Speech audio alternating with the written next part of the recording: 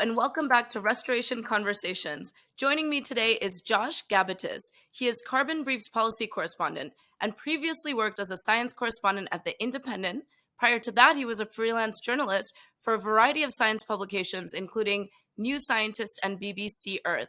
So I couldn't think of a better person to talk about carbon markets with, and that's what we're going to get into. So first, Josh, what are carbon markets? How do they work? Hi. Okay, so carbon markets is a broad term that's used to refer to a couple of different things. Broadly speaking, it's a way of cutting emissions, and the idea behind a carbon market is you're trading reductions in emissions around the world or between companies or between countries. And you can do it in a couple of different ways. So there are things called cap and trade schemes, which is where you kind of set a limit, like an upper limit on how much can be emitted overall. And then entities, companies, power companies, heavy industry can trade allowances between each other. So if they go over the limit that has been set, they have to buy some allowances from a company that has remained below that limit. And in that way, it's kind of keeping the overall emissions at a certain level. This is all a bit technical, so just bear with me. That's one kind. And then the other kind is something called offsetting, which I think will be maybe more familiar to people, which is the idea that companies are trading offsets, they're trading reductions in emissions that they buy from something like, for example, a forest might be grown and it will absorb a certain amount of carbon, and a company will buy an offset from the person who owns that land. The difference is that there isn't a sort of limit on the amount of emissions overall, so it's harder to show that there's been a kind of overall reduction in emissions. It's kind of less regulated, I suppose you could say. And the overall idea of all this stuff is that, in theory, when we're reducing emissions to tackle climate change, it doesn't really matter where we reduce those emissions, because greenhouse gas emissions go up into the atmosphere and they warm the planet, but it doesn't matter where they're emitted. So if, for example, it's cheaper to emit greenhouse gases in one part of the world, then maybe it makes sense to reduce emissions there. And then if it's more expensive somewhere else, that place can continue emitting. So that's the idea. But within all that, there's a lot of complexity. No, it's definitely not, especially because ultimately the source of carbon emissions vary greatly on Earth. They look very different, but then it all becomes part of one big pollution blanket once it's in the atmosphere. So tell us about Carbon Brief and what knowledge can be gleaned from it. So Carbon Brief is a UK journalism platform. We write about UK climate policy, international climate policy, climate science, anything climate related. We're on top of it. We do a lot of our own original analysis as well as writing about other stuff. We do a lot of fact checks and just kind of we drill down a bit more into the complexity of subjects, which for a subject like carbon markets, I think is really important, because there are a lot of technical details which can hide things which are actually, if you explain them to people, a normal person who's not engaged in climate stuff, they would say that makes absolutely no sense. I can't believe people are getting away with this, because Right. it's bizarre, like some of the stuff. So I think, yeah, that is hopefully the kind of thing that we can explain to people. Can you give us an example of something that's bizarre? I recently heard anecdotally that there were offsets being purchased for clearing. So forests were being protected in one part of the world, and that was being offset for forests that were being bulldozed in the Amazon. Is that the kind of thing that you report on, that you find out about? Can you give us a concrete example? Yeah, I mean, I don't know about that specific example, but there's been a lot of great reporting on uh, offset projects around the world that are problematic for various reasons. And yeah, I mean, there's cases of people buying offsets in far away countries because a forest has been grown, and people actually go there, and there's nothing there. It's like it can be a bit of a wild west. But I think in terms of, so yeah, there's a lot of offset projects which I think are possibly not legitimate. That's definitely one concern. But in terms of just some of the stuff at a higher level that people have tried to push through, yeah, there's been some very odd stuff. One thing in the UN process, countries have been negotiating for years on a new sort of carbon market system, and one thing that was being pushed for several years by Brazil and some other countries as well was this idea of that's been termed double counting, which is essentially, in layman's terms, the idea that you sell a carbon credit, an allowance, to another country, and they cut those, or not necessarily another country, a company or something, and they count those emissions cuts towards their target, but then the country that sells it also counts those emissions cuts towards their targets, which just obviously makes no sense. I mean, you can't, we're talking about gases in the atmosphere here, so you can't count the cuts twice. It's a convoluted, complex marketplace, right, that needs more light shed on it. So thank you for the reporting you do and being able to share this information with the public. And so what are you seeing? What are the attitudes of the public? What is their support for this? What do the proponents and opponents say of carbon markets more broadly? So carbon markets, I mean, I'm talking in really broad terms here because carbon markets, as I say, sort of refer to a lot of different things. But I think in really broad terms, talking about, yeah, in really broad terms, I would say the private sector is quite keen on the idea of carbon markets. It's a good way of for certain industries to get towards their emissions targets, and also to fund to fund projects by selling offsets or something.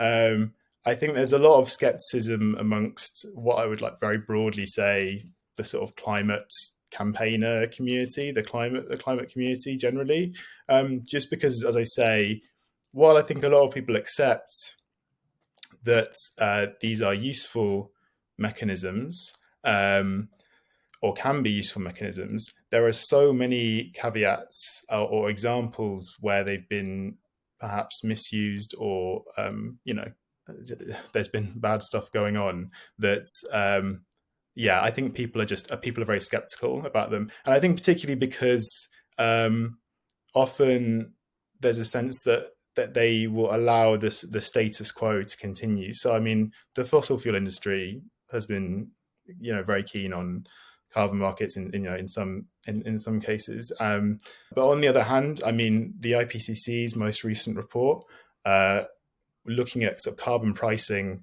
and carbon markets, it did say that they have been useful and they have led to emissions reductions. I think some people would say they have not led to the kind of scale of emissions reductions that have been promised, but there is potential here. It's just you've got to avoid the sort of worst excesses of it as well. So it has a role to play. It's been useful as a incentive for solutions in the short term, but ultimately we need to scale up our emissions reductions if we're going to stay in line with the goals coming out of the Paris Accords that have held on just barely through COP27. How did you feel about outcomes of COP27? To what extent were carbon markets discussed there? So COP27, I mean, we've had negotiations about carbon markets have gone on for many years. So there was an initial carbon market that this is at the UN level. So there's lots of different levels. This is at the sort of international UN level. There was an initial carbon market set up. Well, there were three actually, but the main one was called the Clean Development Mechanism, and that was under the Kyoto Protocol in 1997, and that is widely regarded as basically a failure.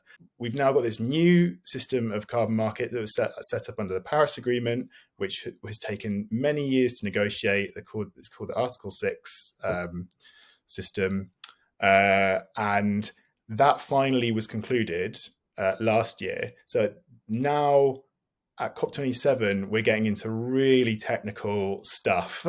There were negotiations around Article 6, but at this stage, the markets are going ahead, and they just kind of sort of wrap up the finer details. You've still got some countries that are pushing things, which, again, the kind of thing I was talking about before, where it's kind of like it's a bit dodgy, and activists, campaigners, think tank people are all a bit concerned about them. I think it's definitely stuff that needs to be scrutinized still. But yeah, ultimately, this is the big sort of high level, international countries trading with other countries and with big private sector companies. But there's also this sort of voluntary offset market, which is a bit more of a Wild West. And I think there's also concerns that that is going to kind of ultimately overtake the kind of official system as the main game in town, which is perhaps a bit more of a concern, because it's not really as regulated. It's a bit more outside of these sort of official channels. So that was going to be my last question to you. So you just explained it, the difference between voluntary and mandatory carbon markets. Would we be able to solve this with more regulation? Is that the answer? Should we just not allow that voluntary carbon market system to exist? I don't know about that. I think it's probably too late for that. It's something like a sort of $1 billion market already. In terms of whether it should exist or not, I mean, basically, I think it just needs. And this was something that did happen at COP27. There was a UN sort of high level group which came out and said, this system needs tighter regulations. Otherwise it's just going to result in lots of greenwashing. Yeah, I guess that there probably will be a lot of movement in the coming years to try and regulate that a bit more. I think there's probably going to be a lot more regulation. Yeah. Well, listen, this is fascinating. It's complex. It's global. We have many more questions for you, but we're short on time. So really appreciate you taking this time to share your thoughts, to explain to our audience about carbon markets, and just give us a bit of a teaser for those who want to learn more. And we'll be coming back to you, because you're obviously working in this space and reporting on carbon markets, and it's a critical part of the climate solutions conversation, at least in the interim. So we really appreciate you taking this time. Thank you, Josh. No worries. Thank you very much.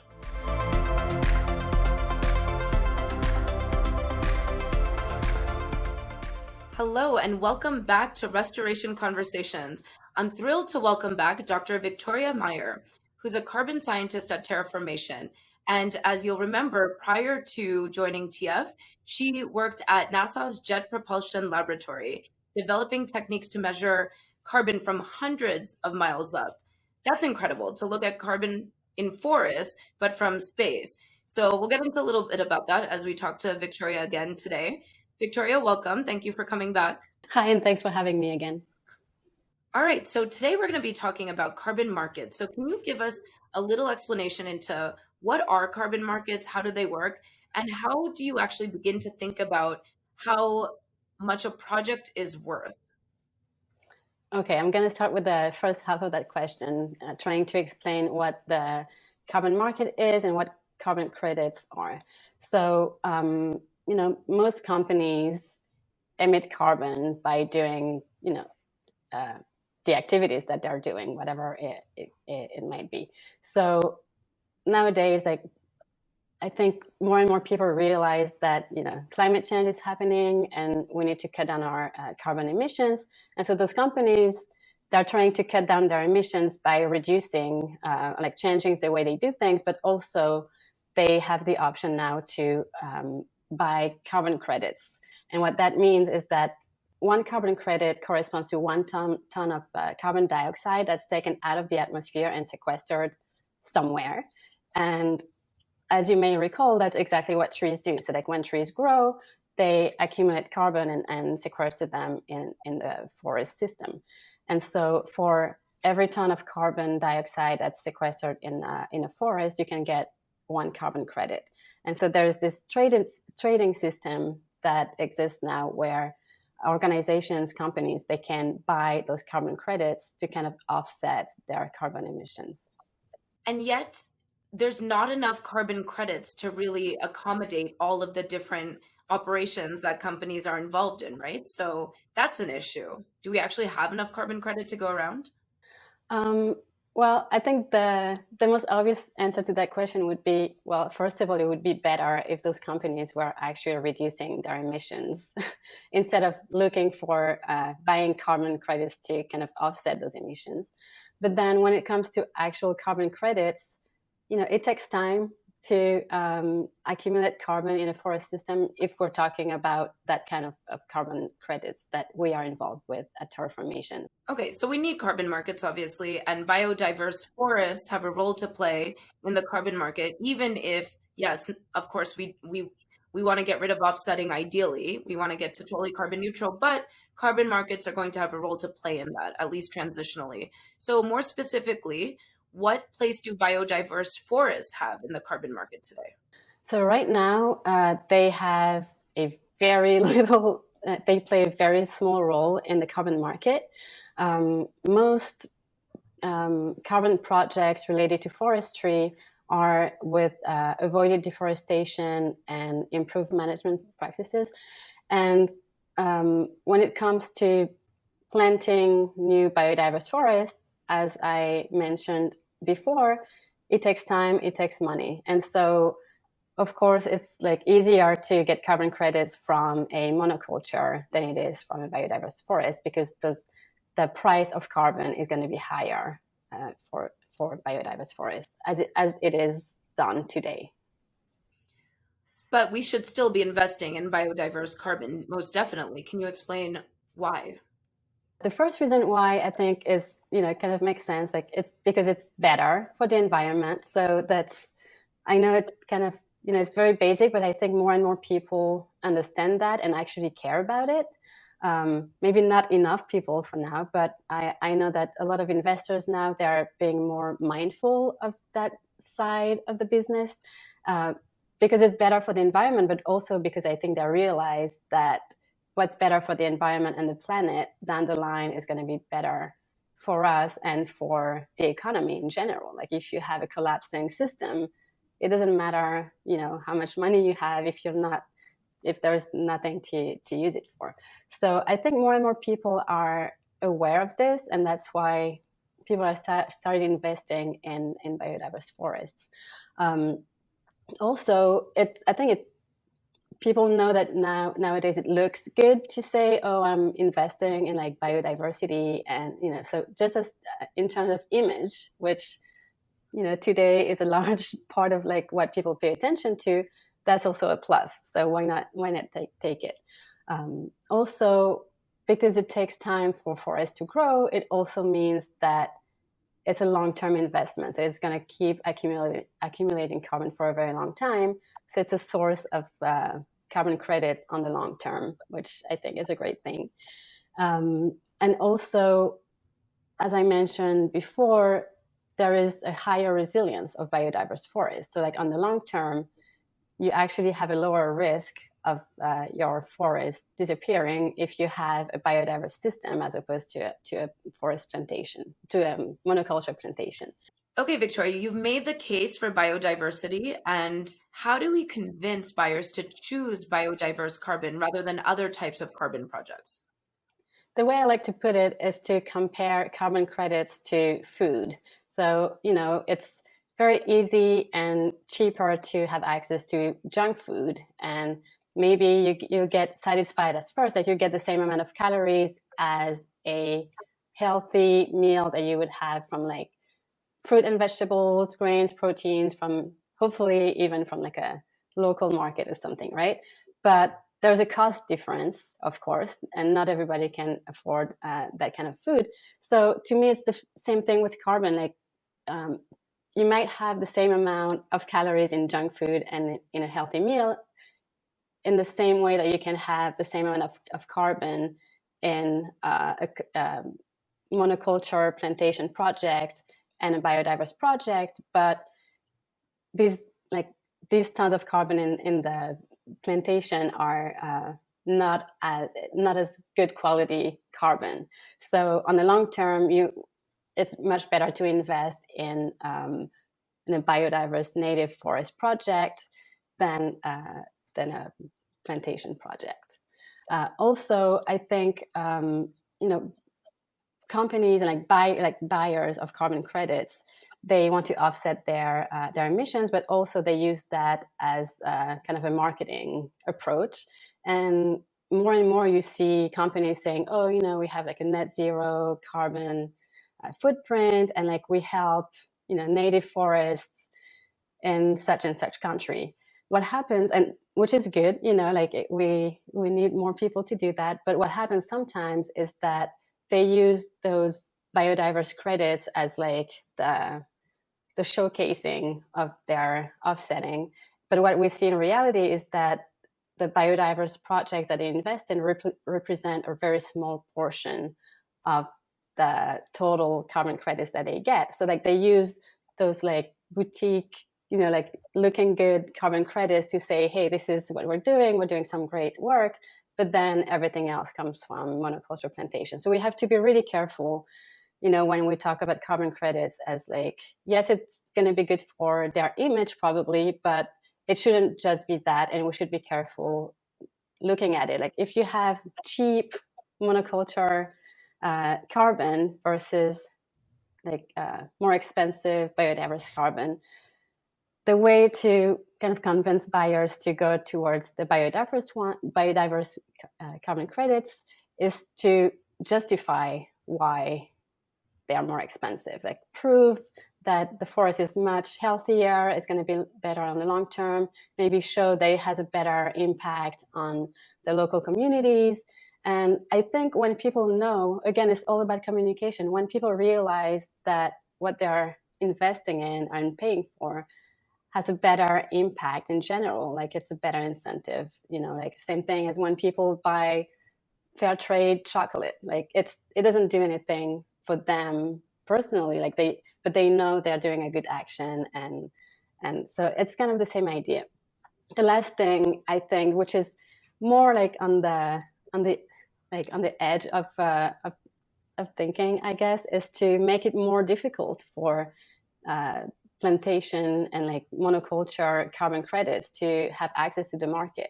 So, or make it easier for biodiverse projects, like maybe bring the prices down for biodiverse projects and make it harder for monoculture projects to have access to that market.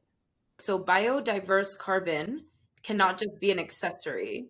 It has to actually be what we incentivize those who are purchasing carbon offsets to prioritize because of all the benefit as compared to the cheaper but more immediately gratifying carbon credits that are made available through monoculture. So I think you've made that case, and there's different ways that we can really prioritize biodiversity. And I think that's what this series is going a long way towards doing. So we're going to push this information out there. You've got a huge amount of incredible people supporting these concepts and ideas. And I really hope that it's all accelerated in the direction of truly biodiverse restored forests, because that's what we need. This is the nature-based solution that will really see the most return and beneficial return long term. And you worked at NASA and you were able to see our planet from hundreds of miles into space. Tell us a little bit about that work, how you were able to translate space technology into looking at forest and the role that forests play in as carbon sinks, and why is it so important for us to really protect this planet? There's no planet B, is there, Victoria? There is no planet B, as far as I know. People are looking for it, but we haven't found a second home yet. So while I was working at NASA, what I was doing a lot was to use satellite images and any kind of remote sensing technology to look down at the Earth. So a lot of people think that NASA looks up, at other planets, other galaxies, but part of what NASA does is also looking down at what is going on here on Earth. And so my job was to look at tropical forests in particular and see how much carbon they actually sequester and how that changes through time. So that's the link between what I was doing before and what I'm doing now at Terraformation. I'm still using remote sensing to look at what's going on, not as much as I used to do at NASA, of course, but but it's still a very, very powerful tool. And I think more and more people are realizing that the way to go is remote sensing if we want to have a very accurate picture of what happens in, at a global scale, or at least like a larger scale than just like a small project. Okay, so space technology is super useful for us to be able to preserve and restore our forests and to protect our planet, not necessarily for finding a alternative to planet Earth. So we hear you there loud and clear as well. Thank you for sharing that, Victoria. And thank you for contributing your time and your expertise to Restoration Conversations. We hope to have you back for season 2. Thank you. I would love that. Thank you so much.